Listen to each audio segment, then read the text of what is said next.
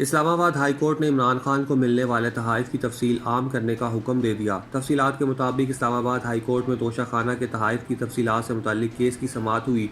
Justice میاں گل حسن اورنگزیب نے case کی سماعت کی۔ دوران سماعت وفاق کی جانب سے ہائی کورٹ میں کیس ملتوی کرنے کی استدعا کی گئی۔ Deputy attorney general Arshad Mahmood Kiani نے کہا کہ نئی حکومت آئی ہے، ان سے ہدایت لینی ہے۔ عدالت سے استدعا ہے کہ کیس 1 ماہ کے لیے ملتوی کیا جائے۔ جسٹس میاں گل حسن اورنگزیب نے ریمارکس دیے کہ توشہ خانہ کا حساب دینا ہوگا، عوام کی دلچسپی کا کیس ہے، اپیل فائل کرنے سے کیس ختم نہیں ہوگا، قانون سے بالاتر کوئی نہیں۔ وکیل درخواست گزار نے بتایا کہ توشہ خانہ گفٹ فروخت کر دیے گئے ہیں، جن پر جسٹس گل حسن اورنگزیب نے کہا کہ 20% ادا کر کے گفٹ فروخت کرنا عجیب ہے۔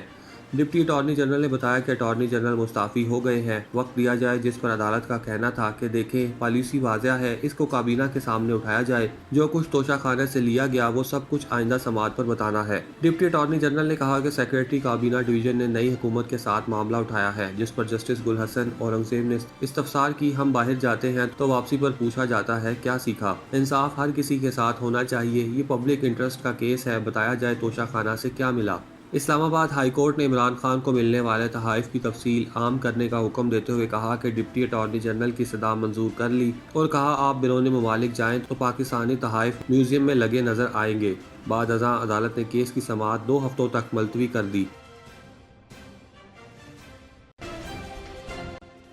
عثمان بزدار کو بطور وزیر اعلیٰ عہدے پر بحال کرنے سے متعلق درخواست سماعت کے لیے مقرر ہو گئی۔ Chief justice Lahore high court justice Muhammad Amir Bhatti کل درخواست پر سماعت کریں گے۔ لاہور ہائی کورٹ میں آئینی درخواست شہری تنویر سرور نے دائر کی تھی۔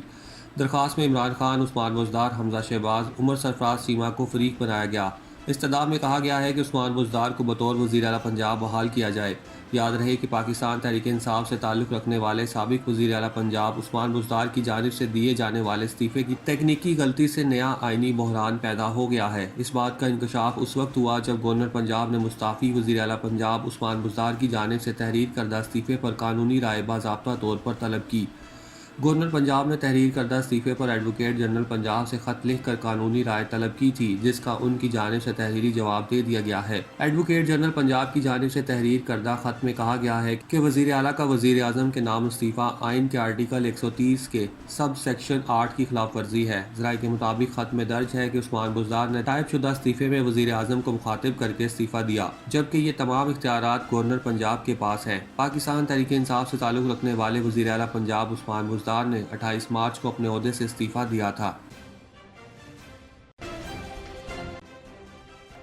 پاکستان تحریک انصاف جمعرات کو لاہور میں ایک اور پاور شو کرنے کی تیاری کر رہی ہے، اور ایسے میں پارٹی چیئرمین عمران خان نے آج سوشل میڈیا کے ذریعے قوم سے خطاب کرنے کا فیصلہ کیا ہے۔ پی ٹی آئی کی سیاسی کمیٹی کا منگل کو اجلاس ہوا، جس میں موجودہ صورتحال پر تبادلہ خیال کیا گیا اور معیار پاکستان پر پاور شو کے انتظامات کو حتمی شکل دی گئی، جہاں بڑے اعلان کی توقع ہے۔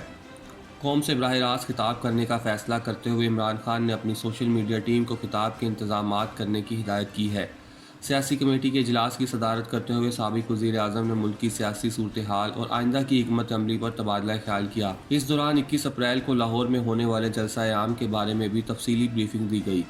دریں اثنا رہنماؤں عماد اظہر، منزہ حسن، عثمان ڈار اور فاروق حبیب نے اجلاس کو پاور شو کا مومنٹم بنانے کے لیے بدھ اور جمعرات کو ہونے والی ریلیوں کے بارے میں آگاہ کیا۔ عمران خان نے پولیٹیکل کمیٹی کے تمام ممبران کو ہدایت کی کہ تمام ریلیاں بروقت لاہور پہنچیں۔ سابق وزیر اعظم نے سیاسی کمیٹی کے ارکان سے گفتگو کرتے ہوئے کہا کہ ہم عوام کی آزادی اور جمہوریت کے محافظ ہیں۔ اگر ہم اس تازہ سازش کے سامنے ہتھیار ڈال دیں گے تو مستقبل میں کوئی حکمران بیرونی سازشوں کا سامنا نہیں کر سکے گا۔ 21 اپریل کو ہم پاکستان کی حقیقی آزادی کا اعلان کریں گے۔ پی ٹی آئی کے سیکریٹری جنرل اسد عمر نے منگل کو دعویٰ کیا ہے کہ نئی حکومت کو معیشت بہت اچھی حالت میں ملی ہے۔ انہوں نے دعویٰ کیا کہ پی ٹی آئی کے دور میں حکومت میں ریکارڈ برآمدات، ریکارڈ فصلوں، صنعتی پیداوار اور تیزی سے روزگار کے مواقع میں اضافہ ہوا۔ موجودہ حکومت جس طرح سستی کے ساتھ فیصلہ کر رہی ہے، اس سے معیشت کی گاڑی کا انجن جلد ہی خراب ہو جائے گا۔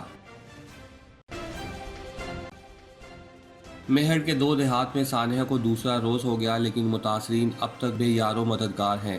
متاثرین نے بچے ہوئے سامان کے ساتھ کھلے آسمان تلے رات گزاری۔ انتظامیہ کی جانب نہ خیمے مہیا کیے گئے، نہ ہی کھانے پینے کی مناسب اشیاء فراہم کی گئیں۔ گھر کا سامان اور اناج آگ میں جل چکا۔ کئی لوگوں کے پاس نہ سونے کے لیے بستر ہے اور نہ ہی پینے کا پانی ہے۔ متاثرین غم سے نڈھال ہیں۔